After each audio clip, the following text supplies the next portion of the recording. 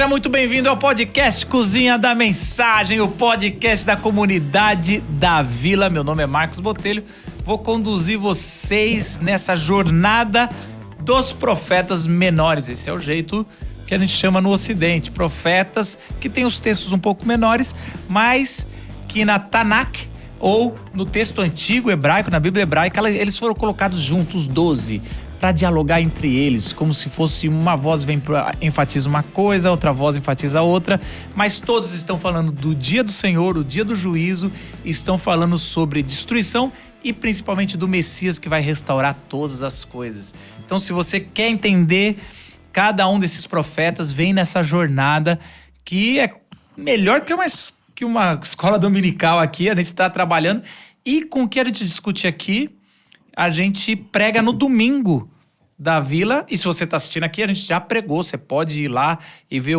qual foi o resultado da gente pregar. Porque hoje é Naum. Já passamos do meio dos profetas. Eu não saberia dizer qual que é o número. Deixa eu ver. A gente fazer assim. Sétimo, oitavo? Sétimo, deve ser o sétimo. É o sétimo, é isso aí. Tudo bem, Betão? Pô, câmeras abertas, o Betão tá aqui hoje, cabelo diferente. Ficou bom, hein? Eu elogiei já. Tudo bem, Vitor Fontana? Fala, meu amigo.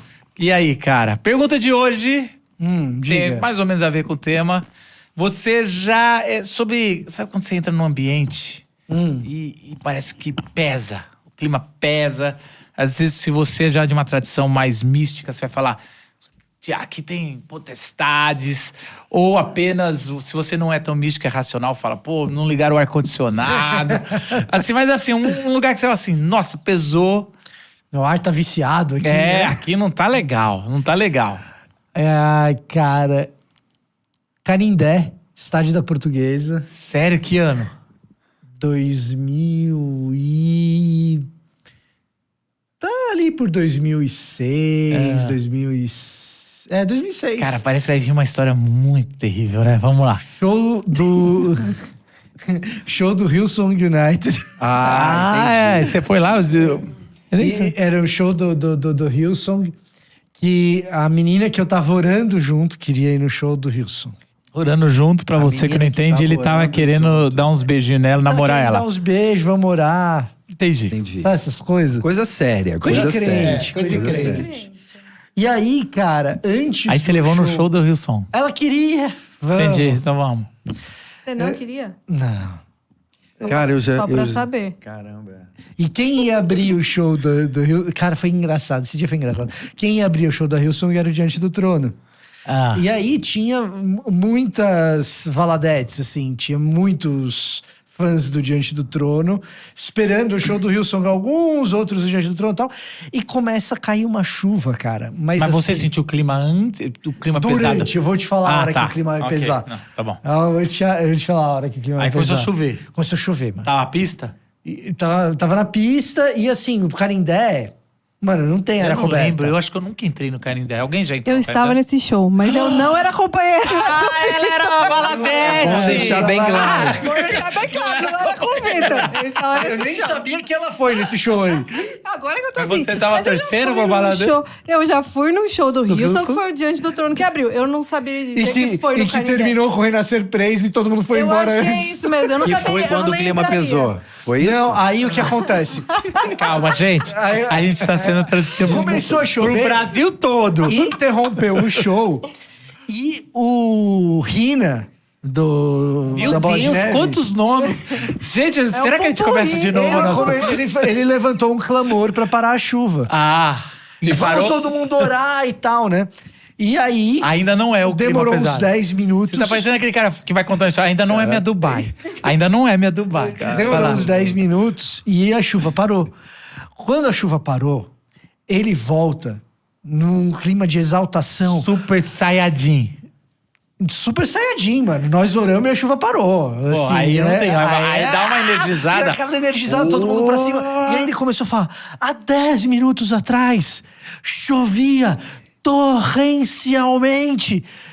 E aí eu falei alto. Pensei alto e falei alto. Você com pensamento alto, você sabe que dá ruim. Dá muito ruim. Eu já passei vergonha com você. Você já passou vergonha comigo. E eu falei, evidentemente, por isso que parou. Era uma chuva torrencial. E aí o clima pesou. Pesou porque nem As pessoas em volta de Não, mim. só. E a menina falou: eu não vou namorar um cara que nem Ela foi acredita. embora na Acabou hora. de presenciar um Quem milagre. trouxe- Ela foi Quem embora na trouxe hora. o Mateuzinho aqui?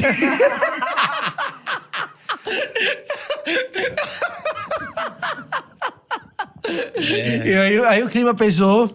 Sabe quem que era? A prima do Grigoleto. Lembra dessa época? Nossa, não aí? precisava falar, cara. Gente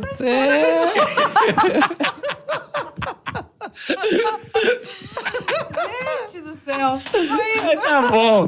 Ela não vai estar assistindo. Não. Você não dá um grande abraço. Você fez bem. Se tiver assistindo, Você fez deixa um bem. comentário. Você fez bem de namorar o Fontana. Não, isso eu concordo com você e com ela. E aí, Ju, você já tá participando. Você tem alguma história mais constrangedora com mais nomes, por favor? do que esse? Dificilmente, né? Eu acho que o último deveria Você ter entendeu sido por quê? Fontana. Isso, por que eu não conheço nunca com Fontana? Eu errei agora. Mas tudo bem, Ju, tudo bem com você? Tudo Raro bem, você aqui. raro, né? O que te fez aceitar participar dessa cozinha aqui tão... É sempre uma honra, né? É uma Estar honra. Com você. Além de hoje o dia ser longo, né, Ju? Isso, Depois isso. A daqui gente tem ainda. compromisso. Depois tinha que ficar esperando. Aí precisava de uma pessoa. Você era dormir ou aqui, né? É. Não sei por que você escolheu esse. Ok. Mas você já entrou num ambiente, você falou, nossa, esse ambiente pesado. Não precisa ser tão engraçado igual a Ah, torrencial aqui. Eu lembro que você deve fazer uns quase 15 anos. Eu lembro que eu estava no Canindé. Não. É uma coincidência ter E estado tinha nesse um ateu show. gritando, é torrencial! Eu nem saberia dizer que esse show foi no Canindé. Pra mim tinha sido São Caetano, sei lá, alguma coisa assim do ABC. Mas enfim, eu tava uns 15 anos atrás. A mãe de uma amiga de amigas, tinha tido uma crise, um surto, assim, de... Eu nem sei dizer, a gente não tinha muito nome de neurodivergências e tal, mas era um surto meio psicótico, assim. A mulher saiu correndo na rua e tal, gritando, fazendo escândalos, foi internada. E aí as minhas amigas falaram, vamos ajudá-la, porque a nossa amiga morava em outro país, vamos lá na casa dela, vamos cuidar, ela tá no hospital, vamos cuidar da casa dela. E a gente fez isso, a gente entrou na casa dela, né, pegou a chave e foi cuidar da casa. E, era, acho que, uma casa bonita, num bairro nobre, assim, de São Paulo. A coisa mais pesada que eu já vi. Tipo, primeiro que não tinha lugar pra pisar que não tivesse cocô de cachorro. Jesus. E aí, camadas de gordura, assim, no fogão, na parede. Assim, você via que era um lugar de alguém que estava doente. Uhum. Era um lugar de alguém doente, assim. A doença estava grudada nas paredes, assim. E acho que na minha visão ali era mais do que doença, era uma coisa espiritual. Que eu não sei, eu acho que na minha cabeça de hoje eu acho que eu tô espiritualizando demais. Mas era uma coisa Mas assim. você que eu ficou orando? Ficou em oração? Foi, com certeza. Eu falava, essa coisa do demônio, essa gordura é do demônio. Mas com a minha cabeça de hoje, eu acho que eu estava espiritualizando demais, mas de fato havia uma doença ali. Era alguém que estava doente pesado. e o ambiente estava doente. Insalubre. Parece. Isso, era não insalubre. era pra uma pessoa estar morando lá. E era um lugar legal, sabe? Então, Mas eu acho isso é uma... Assim, eu não sei, vou falar uma... Você me corrige, Fontana, se eu estiver falando uma bobeira muito grande. Uma bobeira vai ser. Mas eu acho que essa divisão entre espiritual, insalubre, espiritual e sei lá, outra coisa, uma doença, ela é muito mais tênue do que a gente racional, presbiteriano, gostaria que fosse, né? Então, assim, eu lembro recentemente eu voltei lá pra região que eu morei na Califórnia, né? E tá muito pior, por causa de uma droga lá que invadiu os Estados Unidos. Fentanyl. E aí as pessoas, tem muita gente que sai gritando na rua que tá com efeito de droga. E eu lembro da minha esposa falar, nossa, aí, cara, que clima tá horrível aqui, tá...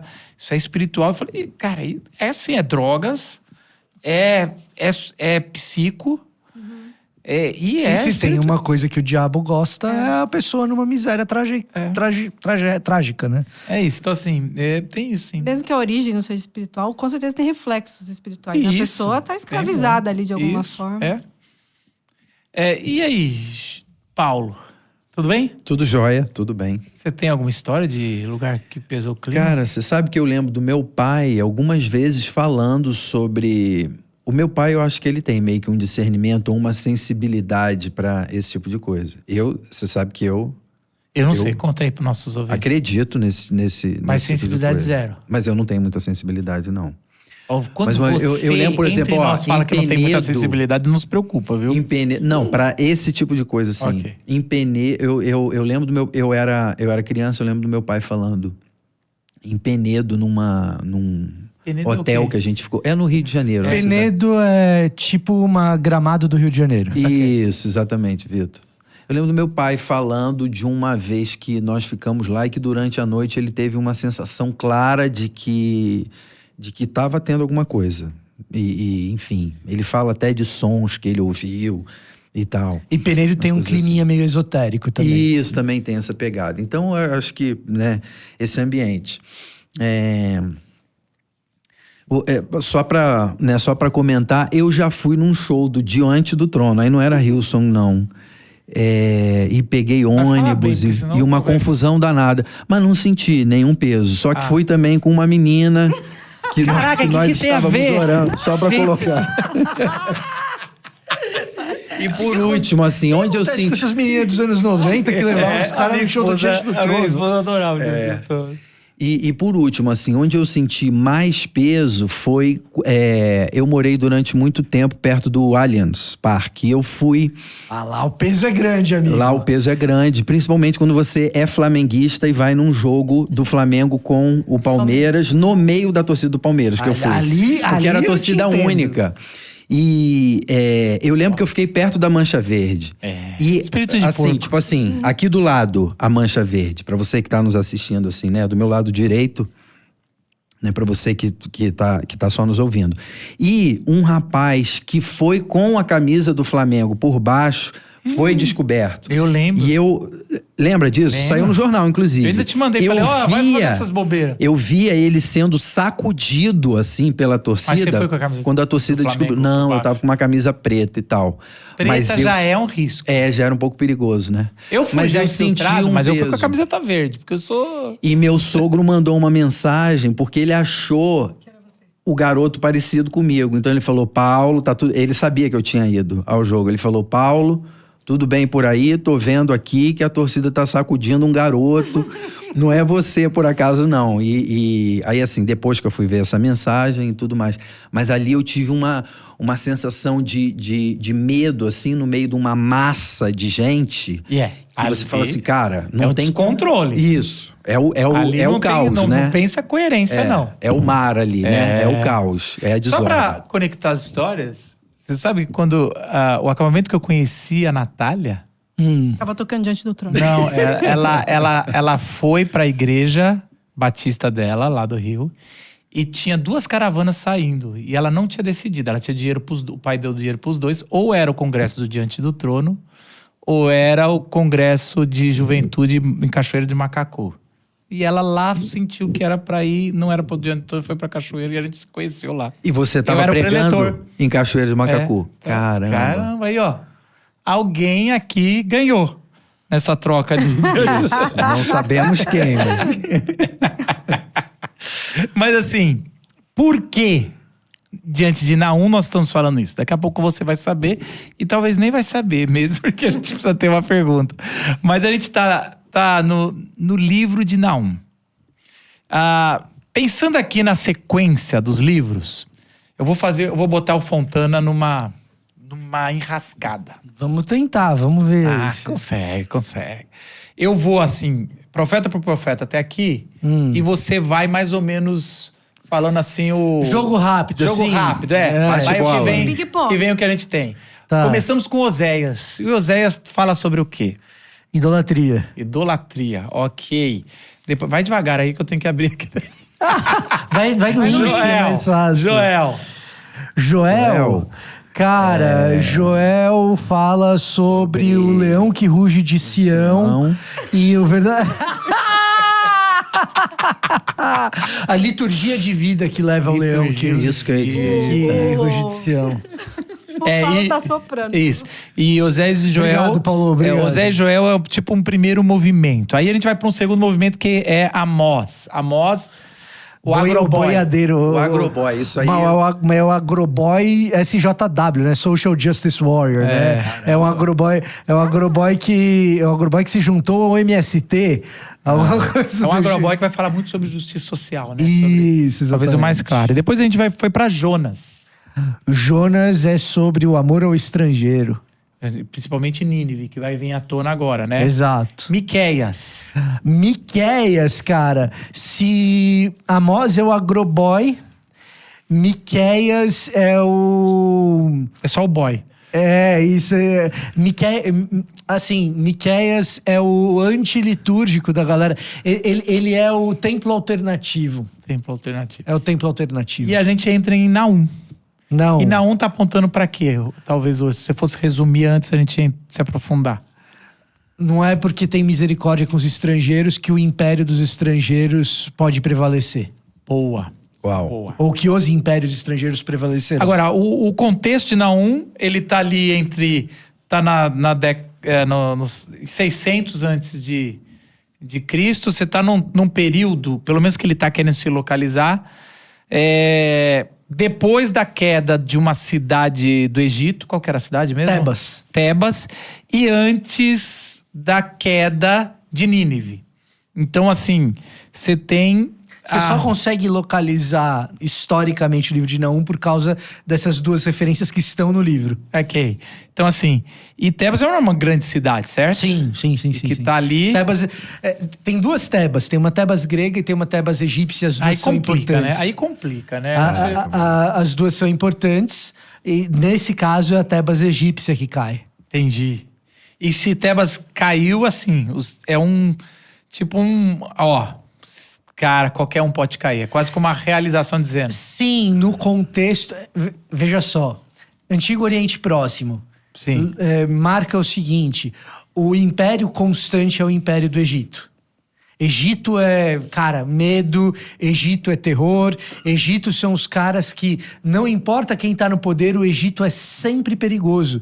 Tanto assim que na história do Império Romano, na transição da República para o Império, uma das figuras centrais dessa transição é Cleópatra. O que Cleópatra tem a ver com Roma? É uma mulher egípcia ali. Mas é porque o Egito é uma potência militar, econômica e política que nunca é desprezível na antiguidade. Então, vem império, vai império. O Egito é olhado assim com desconfiança, temor, desejo de aliança. São caras muito poderosos sempre, o tempo todo. Quando a Babilônia vai invadir, final, o Reino do Sul, a gente não tem no relato bíblico isso, mas uma grande quantidade de judeus fogem para o Egito. E o Egito vai ter um bairro que na época de Jesus tem mais de 1 milhão. Bairro, né? Como é que seria? Uma parte do Egito tem mais de 1 milhão. Um distrito. Um distrito com mais de 1 milhão de judeus. Na época, colônia. Colônia. Que alguns vão dizer que talvez foi aí que Jesus, com José, Maria e Jesus foram se refugiar no começo da vida. Então, assim... E aí você vê, né? E você tem uma linha teológica de interpretação muito importante, que é os alegóricos. Qual que é o nome Os alexandrinos? Alexandrinos, que também é da região. Mas fala, o que você ia falar? Não, e aí você percebe o tamanho do poder do Egito. Herodes, ele tinha autonomia para agir na região da Judéia. Vamos fugir? Foge para onde? Não, foge para o Egito, porque aqui nunca que o Império Romano vai deixar Herodes agir. Se você subir para Samaria, se você subir para Galiléia, entendi, você corre risco. Ali. Agora, desce para o Egito. No Egito, cara, nunca que o Império Romano vai deixar um tongo igual Herodes mexer aqui. Aqui é delicado, aqui é complicado. Quem manda no Egito joga grande no jogo do Império. Entendi. É isso aí. E aí a gente tem um livro com 3 capítulos. E o primeiro capítulo, ele não... na primeira leitura ele parece desconecto com os 2 últimos capítulos. Os 2 próximos capítulos talvez é a linguagem de terror mais vívida desses 12 profetas. Dentro do Dodeca Profeton, dentro do livro dos 12. Isso, e é porque assim, é muito... Porque assim, e aí a gente vai falar um pouco sobre isso. Só que o capítulo 1 faz uma espécie de ressalva. Quase como uma abertura para dizer, o que você vai ler aqui é sim um juízo para Nínive, Sim. para Síria, mas também é uma teodiceia. Isso aqui eu estou abrindo isso aqui para ser É uma defesa da moralidade de Deus. Uma defesa da ética da moralidade e da de justiça. Deus. Então assim, quando você lê a primeira vez, você fala assim, parece o capítulo 2 e 3, uma panfletagem de vingança de Nínive por tudo que fez, assim. É só a destruição com narrativas de detalhes, assim, como vai cair, o que vai acontecer, o terror. Mas quando você vê antes, o autor, Naum, ele pega uma linguagem que é de graça do caráter de Deus, o Deus se declarando quem ele é, que é a mesma declaração que começa em Êxodo depois do bezerro de ouro, que é o tipo uma pedra fundante. Deixa eu lembrar quem eu me revelei para vocês, já quando vocês mereciam ter sido destruídos, lá no deserto. Uhum. E deixa eu reafirmar aqui antes de vocês verem. É quase como assim. Sabe aquele pai... não sei, pai é meio ruim essa história, mas assim, quando alguém vai sair do seu... Tá tirando o terno e tá aquele discurso, mas vai descer a briga ali, vai pegar em gente folgada que tá assim, ele vai fazer essa... vamos lá do Fontana antes, né? A raiva vai chegar, você vai ver... Ele vai falar, não, o que vocês vão ver aqui não sou eu. Mas deixa eu dizer, sou eu, mas... Vai doer mais em mim do que vocês. Não sei se... mas é assim, gente, eu vou rebentar a cara desses caras. Vamos supor que o cara tá mexendo com a filha, com a esposa, o cara mandou parar, o cara coisou, o cara tirou um canivete e falou, eu vou abusar. Aí o cara tira o terno. Vamos lá. Ele fala assim, o que vocês vão ver aqui... Presta atenção aqui. Não é... Filho, você vai ver aqui um negócio que o papai vai mostrar o lado dele. Só que eu quero dizer que você viu que eu tentei evitar o máximo possível. Eu segurei os meninos, falei, deixa a gente passar, não mexe com a minha esposa. Sabe a imagem? Seria isso? Não, eu tô exagerando? Eu acho que você tá no caminho, é uma maneira de ler e é um caminho interessante. Agora, tem uma camadinha a mais, além disso. Então, a primeira leitura que você faz é isso daí. Quando você começa a ler mais detidamente esse primeiro capítulo e entender contextualmente o que estão aqui nessas coisas, você começa a perceber que se você quiser fazer uma alegoria de um copo enchendo, do cara que tá ficando vermelho de raiva gradativamente. O sangue tá subindo. O sangue tá subindo. Então você pega aqui, por exemplo, né? Ele chega e fala assim, Qual versículo? Qual versículo? Versículo 2 do capítulo 1. Né? Que é esse começo da coisa enchendo. Já começa, Yahweh é um Deus ciumento e vingador. Cara, Deus ciumento e vingador... Cara, ciumento, né? Na minha versão tá Deus é zeloso. Zeloso, é outra tradução possível. Mas, geralmente, isso daí é juízo pra Israel, tá? Não para outro povo. Então, se você tá atento na linguagem, você fala assim, não, por que é essa linguagem de ciumento? Porque é o meu povo. É o meu povo. E esse povo tá saindo com... Lembra, gente? A gente tá dentro do livro dos 12. Como que o livro dos 12 começa? Com a linguagem de adultério. Então, assim, é o marido que tá vendo a mulher sair com...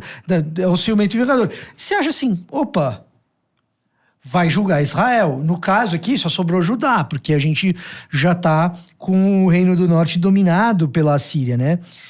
Aí fala, é vingador e cheio de furor.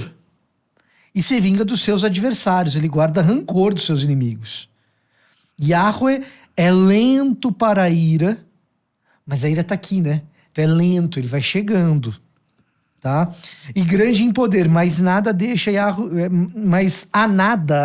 deixa Yahweh impune. Na tormenta e na tempestade é o seu caminho, a nuvem é a poeira dos seus pés. E aí, quando lê esse negócio dentro do contexto do Antigo Oriente Próximo, é a hora que o cara fala, ih, rapaz... A chapa tá esquentando. Ih, já esquentou, esse caldo já entornou. Daqui pra frente toda a ladeira é pra baixo. o caldo entornou de vez. Por que aqui o caldo entornou de vez? Tá usando linguagem de desafio a Baal. Aqui é o seguinte... Quem que é o deus das tempestades? É Baal. Quem que é o deus da fertilidade que manipula a figura dentro do Antigo Oriente Próximo, dos vários panteões que tem Baal? A figura de Baal, se você quiser imaginar, a parada é mais ou menos o seguinte. Pensa num deus olhando, numa divindade, olhando para as nuvens e manipulando as nuvens para trazer a chuva.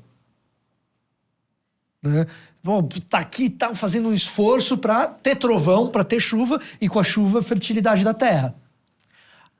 Quando você começa a ler o seguinte, as nuvens são a poeira dos pés, na tormenta e na tempestade é o teu caminho. Então é Deus andando no lugar que Baal tem força para manipular daqui de baixo, para trazer a chuva. Não... Deixa eu te contar quem é esse Yahweh que a gente vai tratar aqui. Sabe essas nuvens que Baal tem todas essas forças para manipular? Deus isso é a poeira da... Isso é Deus tá caminhando aqui em cima, é a poeira do pé dele, cara. Aí quando você lê um negócio desse, você fala... A partir de agora... 7h37, meu. Só tem a musiquinha do Fantástico e você só pode lamentar que amanhã é segunda-feira. Ou seja, você tá assistindo TV quando vem aquele... Pananana, pananana. Coisa boa a partir dessa música. Exatamente. Na madrugada não tem mais. Aí, Acabou. Depois do domingo maior, entrou o Corujão. A partir daí, meu amigo, já foi as videocassetadas, o que Já tinha pra foi. dar risada já deu. Isso é muito bom. Então você tá dizendo assim, que além de ser uma declaração sobre quem Deus é, ele está fazendo algo. E é interessante que, eu não lembro qual comentarista que eu li, que ele vai falar o seguinte, que os compiladores de Naum estão pegando uma linguagem muito mais de Isaías contra a Babilônia, por causa de Baal. E porque Babilônia era conhecida como grandes conhecedores dos astros e tudo mais. É uma descrição, o que eu vi era uma descrição sobre a queda da Babilônia. Só que você pensa assim, Nínive veio, ainda nem Nínive caiu, quanto mais a Babilônia, Sim. que vem muito tempo depois. Mas quem está narrando, a proposta desse hebraísta era que o autor no capítulo 1 está fazendo um joguinho. Ele está pegando Tá fazendo essa conexão. a narrativa de um outro império para colocar aqui, e que o autor abundantemente usa a palavra Nínive e Assíria no capítulo 2 e 3, mas tira do primeiro capítulo. Eu estava olhando aqui, a NVT ou NVI, não sei qual que eu tô aqui, ela escolheu colocar a palavra no primeiro versículo, Nínive, mas não é Nínive aqui, e ela faz essa ressalva que pode ser também traduzido como se levanta aqui. Então, assim, o Tim Mack vai falar, eles tiram a palavra Nínive do primeiro capítulo para dizer sobre essa ira que se demora, mas chega para todas as nações. É quase como uma declaração universal dizendo... Todos esses grandes impérios que se constroem em cima da vingança, da declaração, vai cair. E essa é a minha declaração. E o fato de, no capítulo 3, você ter uma menção a Tebas faz todo sentido quando você imagina essa declaração de Deus contra todas as nações, pelo seguinte... O Egito tem todo esse papel protagonista dentro do Antigo Oriente Próximo, mas já faz muito tempo que Egito não é o problema do Levante. Então, Levante é a região geográfica onde está Israel, né? Então, já faz muito tempo nessa altura do campeonato que o Egito é um lugar que todo mundo tem medo, um lugar muito respeitado, mas assim, não é quem tenta Israel a idolatria, não é quem sai em guerra. Por que Deus está implicando com Tebas aqui? E a ideia é essa percepção de que o poder de Yahweh é cósmico e todo império cruel que se levanta sobre a terra será julgado. A leitura de Jonas parece dar a impressão de que a misericórdia de Deus, o coração de manteiga lá, Tá, Deus, mas espera aí, tem gente que merece juízo, você não vai fazer nada? Não, então, aquela história que eu falo que o livro dos 12 é um pêndulo, quem tem assistido os cultos da noite, É verdade, acho que já se encheu mano. a paciência de eu falar isso. Não, mas é muito legal, cara, essa percepção, porque de fato, né, isso fica claro numa visão, né, panorâmica, você vê que realmente tem isso. O livro dos 12 é um pêndulo. E aí, quando o pêndulo estava lá do outro lado da misericórdia com Nínive, lá em Jonas, agora em Naum, é assim, cara, não é Nínive. É todos os povos e mais. A lógica é todos os impérios. Os impérios diante de Yahweh, eles vão cair. Os impérios cruéis e poderosos, eles vão cair. Seja Babilônia, que parece intransponível. Ué, mas Tebas não parecia também? Fui eu. É quase como se Deus estivesse dizendo, por meio de Naum, aquela brincadeira que se faz com o agente secreto. O cara vira pro agente secreto e fala assim, principalmente nos Estados Unidos tem muito essa anedota assim, né? O cara vira pro agente secreto e fala assim, pô, o governo despeja bilhões nessas agências de inteligência e vocês ficam aí, parece que não faz nada, pintando calçada, pintando meio fio e tal. Aí o cara fala, pô, mas você não viu o atentado que teve em Miami? Caíram 3 prédios. Aí o cara fala, não. Aí ele fala, então, pois é.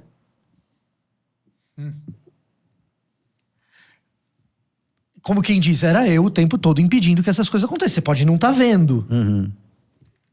Mas é a gente aqui impedindo que essas coisas aconteçam. E no caso de Deus, você viu lá Tebas caindo? Ah, você achou que era só Tebas caindo? Não, era eu, tá? Eu tenho uma questão aqui que eu gostaria de fazer, que eu não sei se é para agora, mas enfim, se não for para agora a gente bota mais pro final. É com base nesse pêndulo, Vitor, que algumas pessoas se referem a Deus fazendo críticas e tal como um Deus bipolar. Que num momento se revela, por exemplo, através do profeta Jonas, um Deus coração mole. E no momento seguinte, você lê coisas aqui que são difíceis, inclusive, de ler. De digerir. Né, num culto e de digerir. Como é que nós harmonizamos? Eu acho que o livro dos 12 não quer que a gente harmonize. Ele quer que a gente vivencie com intensidade Os extremos. esses extremos. A questão que eu acho que o texto bíblico está trazendo para esse ponto específico é que a gente queria um Deus estoico. A gente vive um tempo, nós, sociedade ocidental, que não vivencia a guerra para valer, tá? Que a gente tem violência urbana, mas dentro de um contexto de classe média, você cria as barreiras para que a violência urbana não atinja você diretamente. A bolha não nos permite. Quando atinge esse cara de classe média que condena Deus por ser um Deus julgador, quer que o cara que assaltou morra, tá? E aí a gente quer um Deus impassível, um Deus estoico que não se envolve com as querelas desse mundo que é violento. Agora, se você perdeu o seu filho para uma flechada de um assírio e você leu o livro de Jonas, você tá perguntando para Deus, tá, mas peraí, entendi, tem que ter misericórdia com o cara lá, beleza, mas meu filho não vai voltar. E aí? Então, o livro dos 12, eu não acho que é tanto uma questão de harmonizar, mas é uma questão de dizer, o mesmo Deus que oferece misericórdia, oferece também juízo. Ele não assiste de braços cruzados à crueldade do ser humano. Aliás, se eu fosse falar qual o dilema, cada profeta no rolo dos 12 trabalha com alguns dilemas. Daqui a gente vai para Abacuque. Abacuque é um dilema muito interessante, que está mais claro porque ele está questionando Deus. Ele sobe na torre de vigia para questionar. Mas aqui existe um dilema sendo colocado no meio dessa poesia e juízo, que é o seguinte: qual o limite entre a misericórdia, um Deus que é misericordioso, paciente, como diz aqui, até 1000 gerações. E qual a linha que passa aonde esse Deus todo-poderoso vira conivente com a violência das nações. Então assim, peraí. Então é mais ou menos aquilo quando a gente é pai. Qual é o limite entre um pai paciente com a birra e a malcriação de um filho E um pai qual banana. Pai banana mole. Entendeu? O pai banana que não tá fazendo e quase como conivente. Vamos supor assim, vamos pegar um pouco mais. O filho é adolescente e é um usuário de droga e tá roubando os vizinhos. Porque eu não vou dar mais dinheiro.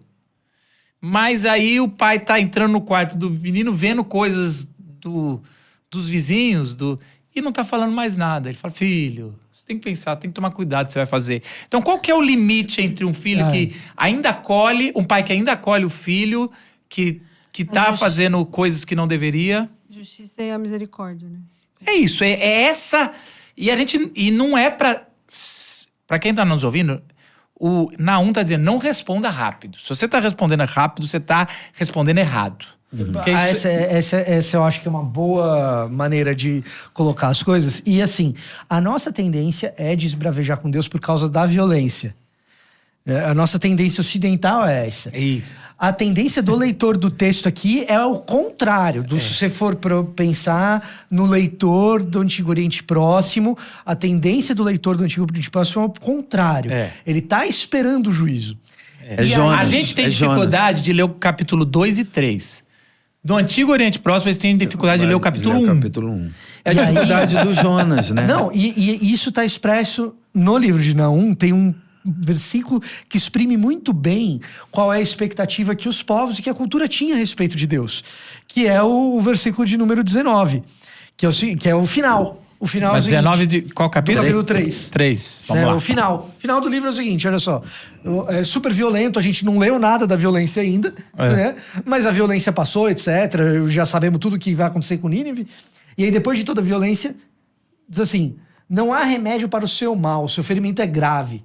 Todos que ouvirem falar do que aconteceu com você baterão palmas, pois quem não foi vítima da sua crueldade sem fim?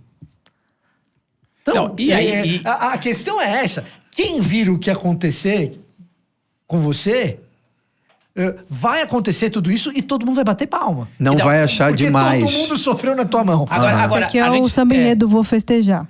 Em um certo sentido, é isso. E a gente precisa entender um pouco o contexto. Se a gente até agora que não quis amenizar... Porque assim, é o que a gente falou nos outros episódios.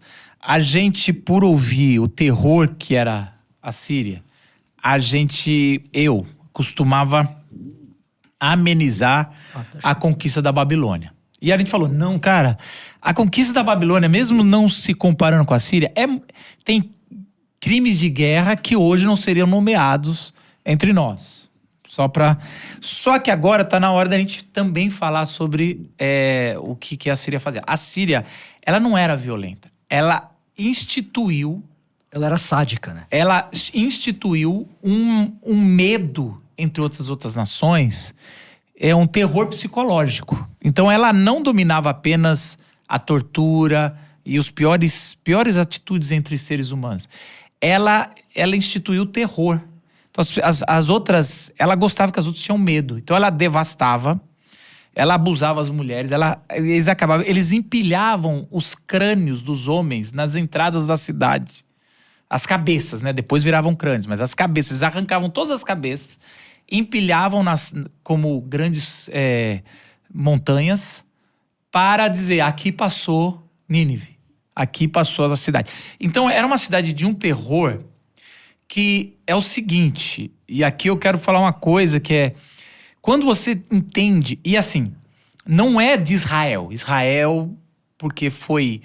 principalmente o Reino do Norte foi devastado o diabo. Todo mundo... Sabe aquela pessoa que ela é... Uma coisa que eu li sobre o sacrifício de criança que fazia... Qual que era a nação que fazia sacrifício de criança? Muitas faziam, mas tinha uma que a Bíblia fala sobre que fazia sacrifício. Era os caldeus? Os caldeus faziam, sim. Eu sei, mas assim... E uma coisa que eu li no livro do André Heinck sobre os povos antigos, que todas as nações tinha um repúdio sobre isso. Não era uma coisa assim que... Deus... Isso era Sacrifício infantil era uma coisa que tinha repulsa ocasional em todo o Antigo Oriente. Isso, gente. E a adoção ocasional também. Então, o que acontece? Às vezes Israel fazia. Isso, não, fez. E assim, não era uma coisa que... Não era assim, Israel não fazia e todo mundo fazia. Não. O normal era falar que vocês estão doido. E a mesma coisa isso aqui. Essa nação passou do limite em todas as nações. Então, quando a gente lê Naum, é um recado de Deus que eu acho assim... O que eu vou falar, eu vou trazer um lado, depois vocês trazem o outro lado do que eu vou trazer. O que eu quero dizer assim, ao ver a disciplina ideal, assim, exemplar que Deus deu em Nínive, ou para a Síria, por fazer o que fez, ele vai dar um recado para todas as outras nações que vêm depois, e tal. Eu não considero isso uma coincidência, dizendo que existem limites na guerra. Que depois de muitos anos, milhares de anos, a gente vai ter alguns acordos que a gente tem até hoje que, mesmo vivendo em tempos de guerra, que é horrível, que tudo... Existem alguns acordos que de vez em quando alguém fala, Estados Unidos... Existe crime de guerra, né? Que existe crime de guerra. E aqui, não existe esse conceito aqui, mas já existia uma ideia dizendo, gente, existe um limite. Depois que você me vende, sabe, pegue tudo, mas existe um limite. E claramente... Nínive e a Síria não respeitavam esse limite. Então a gente teve, podemos falar, de 4 ou 5 impérios que a Bíblia ainda cobre depois. Você tem Babilônia, você tem Pérsia, você tem os gregos, você tem os romanos. E ninguém nem de perto chegou a isso, apesar de ter as suas violências, como a gente falou. Então isso é um marco de Deus dizendo, olha, eu sou paciente em tudo, mas eu quero deixar bem claro, existe uma ética da justiça e nenhum terror e mal que vão fazer eu vou deixar passar. Então é nessa perspectiva que o capítulo 2 e 3 tem que ser lido e até, de certa forma, a gente entender o júbilo de quem está escrevendo desse juízo. Que é assim, não só por nós, mas parece por Deus existir e fazer isso, existe uma esperança de justiça para todas as nações e para uma descendência. É assim, não se levantar mais um império parecido com isso, esse vai ser o final. Então eu acho que é uma declaração de dizendo assim, cara, não podia haver impunidade para uma nação igual a essa que passou pela face da terra, sabe assim? Para que estipulou esse terrorismo muito mais do que conquista, mas com sadismo e tudo mais. Então, assim, eu vejo muito isso, assim, esse tratado de uma declaração. E se você vai ler com o nosso olhar ocidental, que quase ninguém de nós aqui perdeu muitos pela guerra, muito menos perdeu com requintes de crueldade, ou até mesmo alguns que passaram por isso, começa a entender isso, que se você passou por uma tortura, ou por uma pessoa que poderia, pelo menos, sabe aquele negócio de matar por misericórdia, assim? Você já viu aquelas cenas, eu acho que é a primeira cena daquele filme que era do presidente dos Estados Unidos lá, que tem um cachorro que foi atropelado, e a primeira cena... Qual que era? House of Cards. House of Cards. Você lembra dessa primeira cena? Vocês lembram da primeira cena de House of Cards? Agora eu lembrei. Ele não assiste série, mas assim... Mas ele lembrou. Essa ele assistiu. House of Cards é a primeira cena. E assim, preste muita atenção em primeiras cenas, porque vai dizer... Existe um conceito no cinema que é o save the cat, né? Se na primeira cena ele tem que ter uma atitude pra falar, esse é o bonzinho. Entendeu? Esse é o mocinho. Ele salvou um gato. Né? Em Máquina Mortífera, literalmente ele salva um gato antes de explodir um prédio.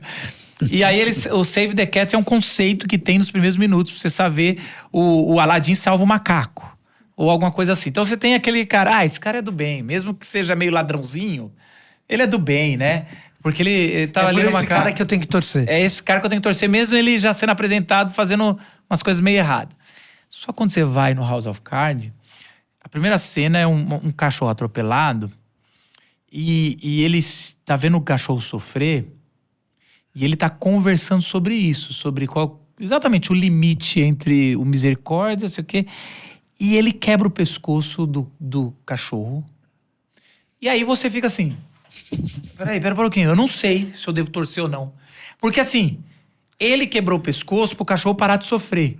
Mas como é que ele quebra um pescoço de um cachorro Com e não essa sente sangue frio, nada? com essa Sangue frio, frieza. você dirá. É um negócio que você fica assim...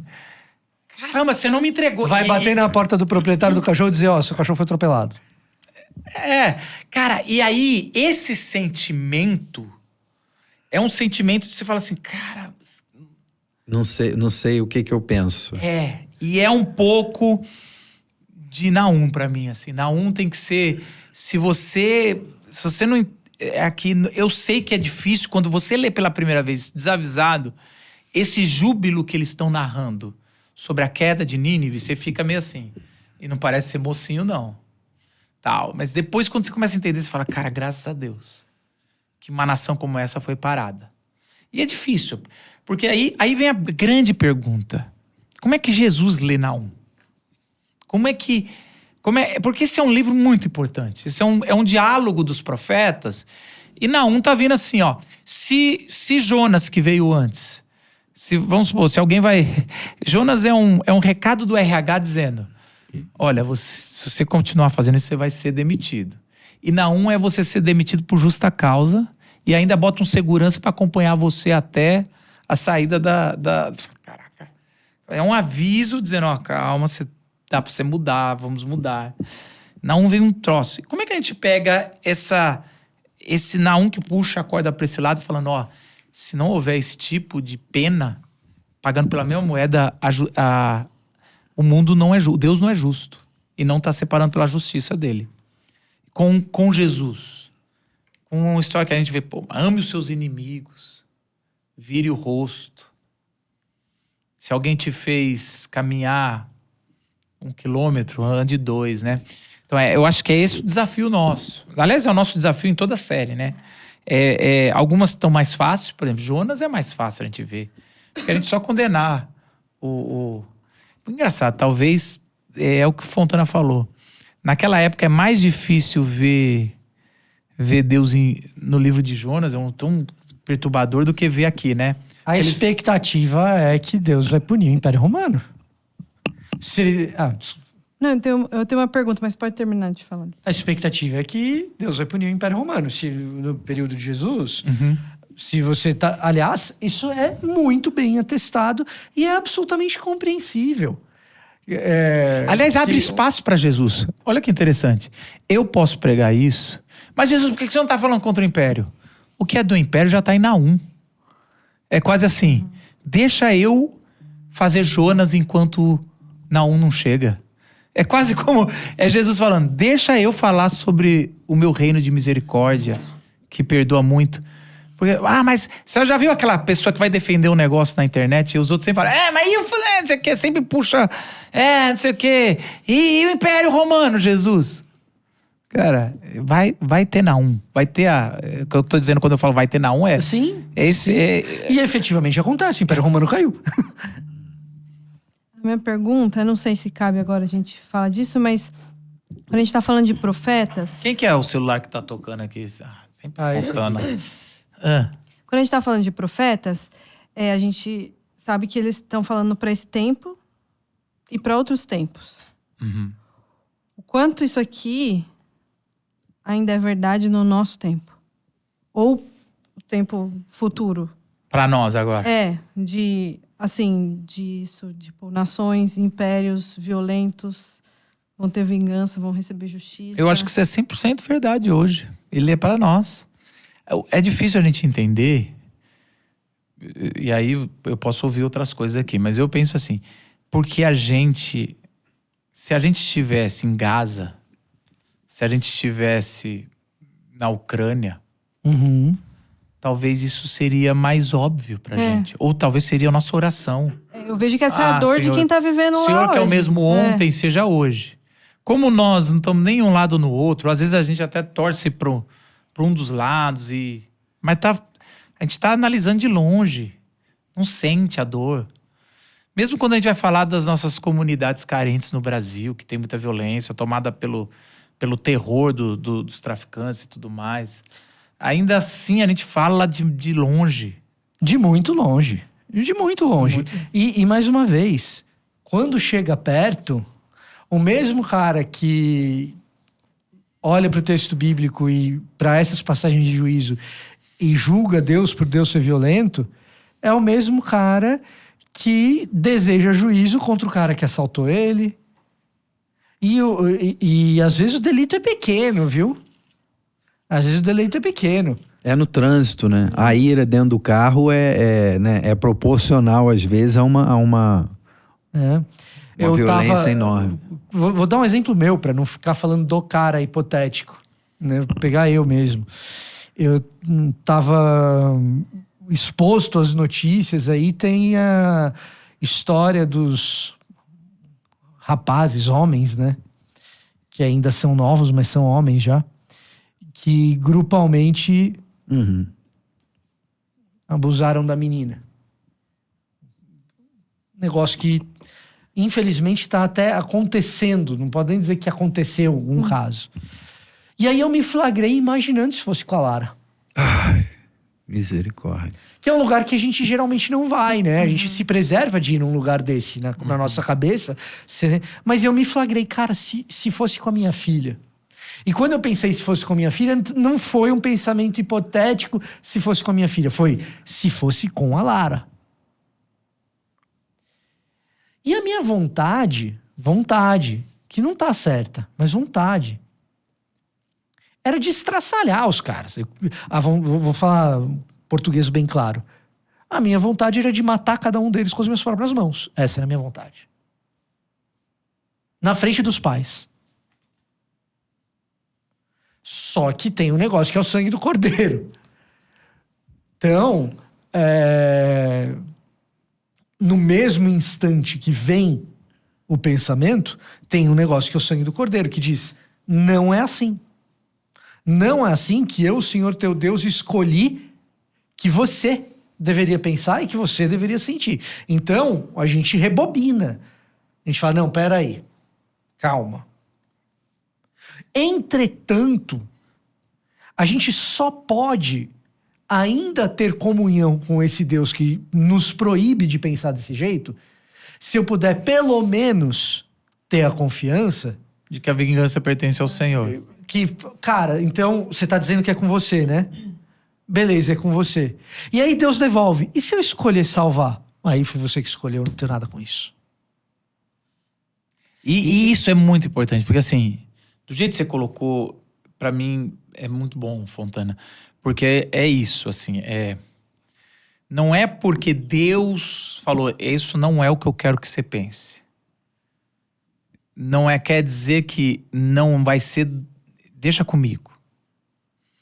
E uma vez eu vi isso do Tim Keller, pra mim marcou muito. Ele falava assim, em uma sociedade que não acredita mais em último dia, não acredita em juízo final.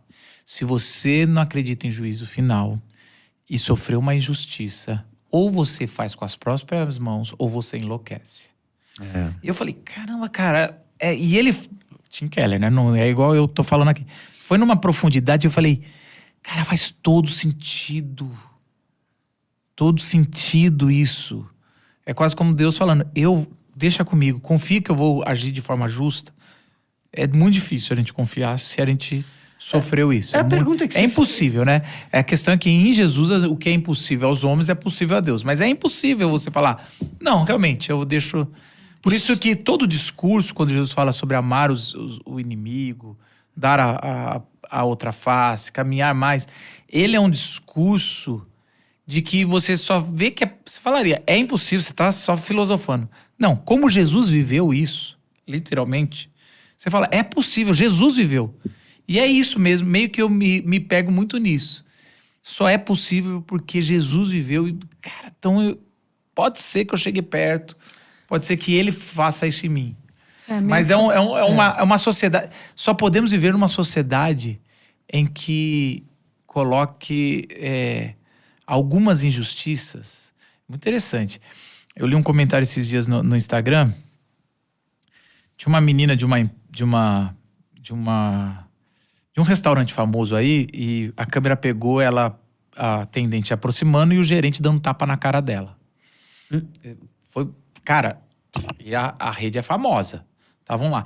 E a pessoa no comentário estava dizendo, só a multa ou só a justiça não é suficiente. Cara, era essa a sensação nos comentários. Eles queriam dizer...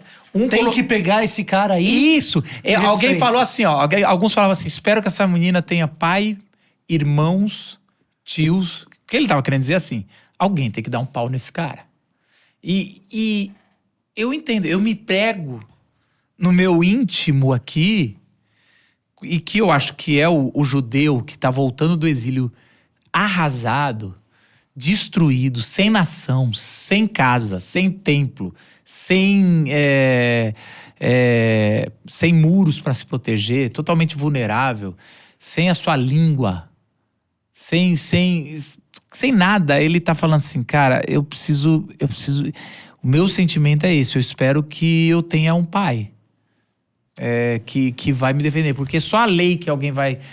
não é isso. É o fogo nos racistas. Tipo, não é só cumpra a lei, prenda essa pessoa. Não é o que nós devemos fazer como cristão, com a raça dessa mas pessoa. ele tem um lado de compreensão nesse ódio, nesse ódio não, mas nesse espírito que vai. Um caso recente também aqui no Brasil, que ficou famoso, que é um julgamento de um pai que espancou o genro. E... eu vi esse. Porque o genro batia na filha. Né? Não tinha um comentário contra o cara. Não tinha. Ele foi absolvido. Ele tava comentando, Não. Não, mas o pai falava assim, seu juiz, eu não criei uma filha pra apanhar do cara. E eu perguntava pra ele, por que você tá batendo na minha filha? Tem que parar, Um dia ele foi lá e eu não sei o que ele fez, mas eu sei que ele... E ele conta em detalhes, ele fala, seu juiz, eu não vim aqui pra mentir. Eu vou contar exatamente o que eu fiz. E ele conta em detalhes o que fez. Eu não peguei essa parte, mas eu sei que... Né? Então ele conta em detalhes o que fez.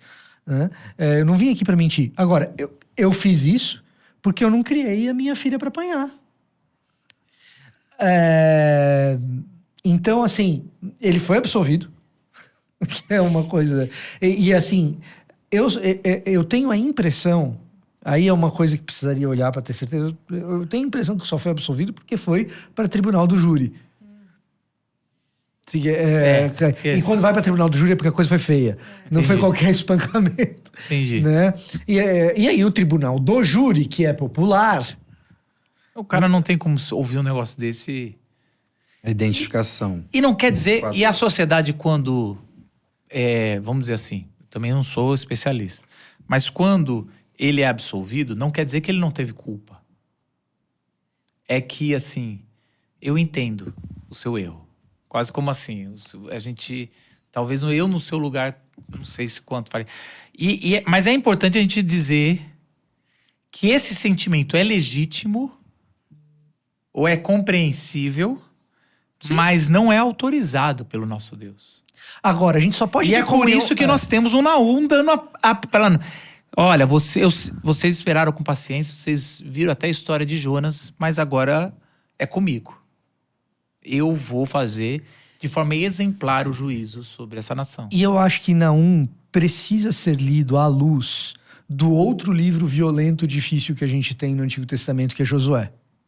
Especificamente, a passagem na qual Josué se encontra com o anjo e pergunta ao anjo, você é... por nós ou por eles? E o anjo vira e fala, por nenhum dos dois. Eu sou pelo Senhor. Em outras palavras, o Senhor vai resolver essa querela. O fato do Senhor resolver essa querela dá a ele a autoridade e também a legitimidade para que ele chegue para mim e diga, a vingança não é tua. Você está proibido de ter esse sentimento que você teve e ainda assim eu possa ter comunhão com ele. Porque como é que eu vou ter comunhão com ele se ele nem me permite a fúria? Se ele nem me permite, depois da injustiça, ir buscar a retribuição. Eu gostaria de encerrar com mais um alerta. O capítulo 1, vou voltar ao capítulo 1. Quando ele, em capítulo 1, quando Naum cita frases, praticamente, faz uma alusão clara a declaração de Deus, quando logo após o bezerro de ouro, eu sou um Deus, eu ali tenho misericórdia, compaixão, até 1000 gerações. Quando ele está fazendo isso, ele também está dizendo: vocês são Nínive. Vocês tomem cuidado. Porque qual foi a indignação de Jonas? Eu sabia que você era compassivo, que você era tardio, que você é misericordioso. Então, é quase como assim: tá chegando a hora que eu vou vingar Nínive. Mas só lembra de uma coisa: eu sei que vocês estavam esperando, até reclamando muito. Mas esse mesmo Deus tardio precisou várias vezes ser tardio com você. Então, se a gente tem essa noção, que a gente nem percebe, mas a cultura brasileira é uma cultura de, às vezes, vira-lata, mas muitas vezes é uma cultura que quer imitar os impérios. O desejo nosso é esse. O nosso desejo é... Ser humano. O nosso desejo é que caia aqueles impérios para a gente ser um império. Para a gente decidir. E que a gente tem pecados culturais nosso dia a dia, que a gente nem sabe que tem, mas porque tá invisível de tanto que é comum. E a gente ali fica elegendo alguns pecados para serem mais amaldiçoados por Deus, e outros que a gente vive. Pecados nos nossos púlpitos, pecados no nosso dia a dia da comunidade da vila, que a gente não vê e a gente não percebe que esse Deus que é tardio, está sendo tardio porque várias vezes nós somos uma espécie de Nínive, de Egito, de Babilônia, de Roma.